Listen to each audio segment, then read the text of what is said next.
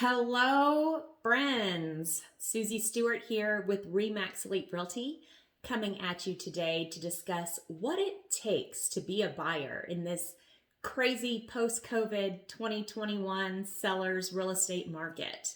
The reason why I'm doing this video is I had an old friend from high school reach out to me about a week ago, and she's currently in the market to buy a home. And she was getting extremely discouraged. She told me she had written 7 offers, none of which had been accepted. And she had seen my post on social media of, buyers under contract and pending listings. And she thought, golly, what in the world were her and her agent doing wrong? And I don't keep secrets in real estate. I am here to help all of you. So I'm happy to share my bit of advice to try to get your offers accepted. First off, if you're an agent, this part is for you. It is so important that your buyers know exactly what they're getting into before you even get this process started. They need to know what the market is like. If you're with a buyer and you have made 3 or 4 offers, very often buyers get buyer's fatigue. They get tired. They don't want to look at any more houses. So to keep from losing that potential client for now, make sure that they are fully aware of what to expect. Go ahead and print out my tips and tricks. Write them down, give it to them at your initial appointment. Buyers, all right. So it's exciting, right? You're ready to buy a house. The market is fun. It's fun right now. But there are a couple of things that you should be aware of before you get started. My number one recommendation is to be sure that you are patient. We are experiencing record low inventory with these reduced inventory, with the reduced inventory and the low interest rates. There are buyers coming from everywhere. So there's a lot of competition on your end.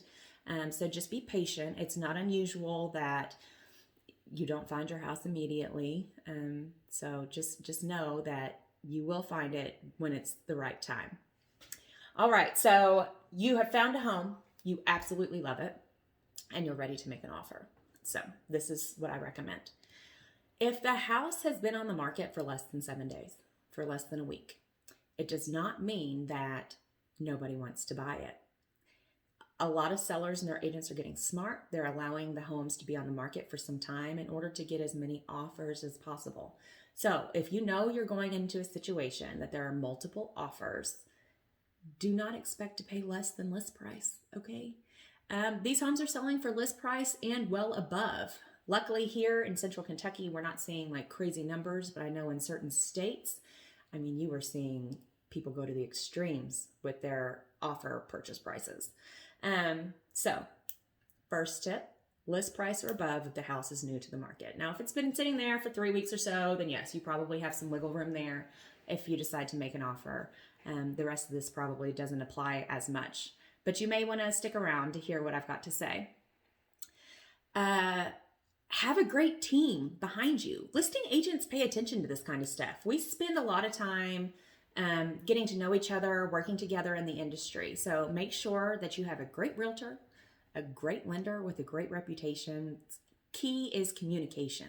They need to be able to communicate with you at all times. Although that's not to say we don't have lives, but yes, communication is key. Also, a great title attorney, who you're going to be using for your closing. Go ahead and know who you'd like to use because that may make a difference. The listing agent may have had some great experiences with them, and that may make your offer more appealing.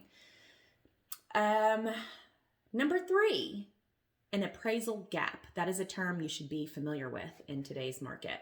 So if you're not sure what that is, an appraisal is ordered by your lender if you're financing your purchase to make sure that they're not going to be paying over market value. They're not going to be lending money to you that's over market value of the home in the event of default in the future. Now let's not do that. But an appraisal gap is something that a buyer offers to the seller, which says, I will pay X amount of dollars over the appraisal value, not to exceed the agreed upon purchased amount, in cash. So the seller automatically thinks, oh, that's great. I'm going to be getting more than what my house is actually worth. And, buyers are willing to do it because that's what it takes sometimes to get into these homes and to get your offers accepted.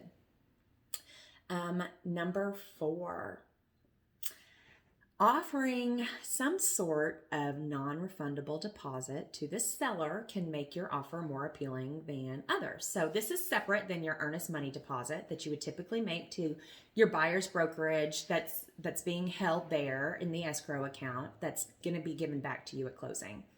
This non-refundable seller's deposit, if it's written in there properly, states that in the event that you do not go through with the purchase of this home for any reason, the seller gets to keep that money for the time that their house has been off the market. So sellers see it as, that's great. The house has only been I've only been under contract for a couple days and I feel like I'm already making money. But buyers keep in mind that money will come back to you at closing to use towards your purchase. So it doesn't hurt unless for some reason you decide not to purchase the home or unable to purchase the home.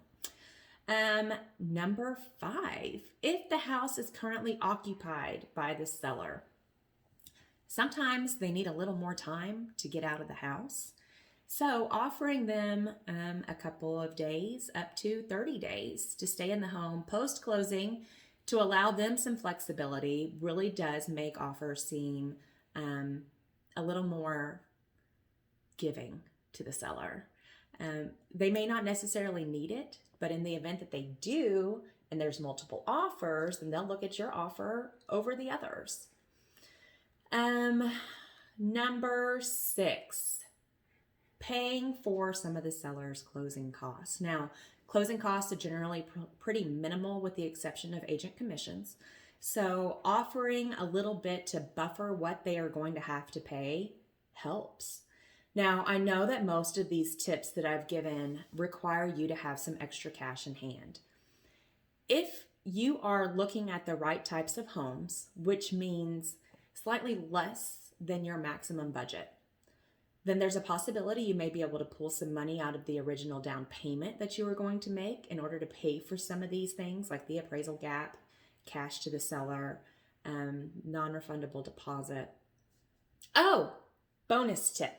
So this was not one of my clients that used this, but I have heard about this and I am so excited to recommend for a buyer to do something fun like this. So there was a buyer that went into a home and it was very clear that the seller loved dogs. They had dogs, there were water bowls, leashes, pictures of pups. So it was very, very clear to the buyers. What they wrote into their offer was a 1-year BarkBox subscription. And their offer got accepted. They weren't even the highest offer, but because they were creative, they made their offer stand out, and that's what the seller decided was important to them. So get creative, guys. I mean, you don't have to just stick with the P's and Q's of real estate. Go do something fun. Figure out what's important to that seller. You just never know. Anyways, these are my tips and tricks. I am always here for you guys. If you have any questions, feel free to email me at susiesellsky@gmail.com. My phone number is posted all over the interweb, so feel free to call or text with any questions you may have. I'm happy to help. Buyers, best of luck to you. Happy house hunting, and I wish you the best of luck.